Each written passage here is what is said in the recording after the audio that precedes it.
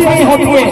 और कभी मैंने कभी रो भी देती है कि बेटा आज से दूसरे का हो गया, ये भी होता है ना। लेकिन नहीं, आपको वो नहीं सोचना है, आपको सोचना है कि अपने जीवन का सबसे खुशी वाला पल हम जी रहे हैं। आने वाले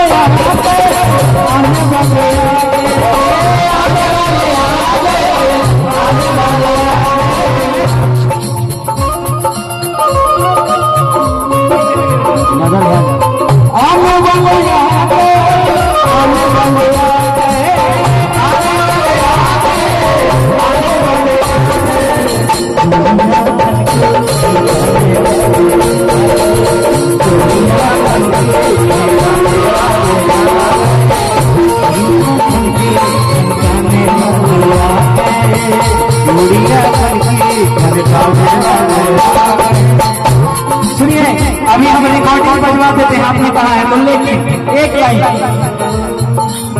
पहिले पहिले जबे आमा से मिली हा पहिले पहिले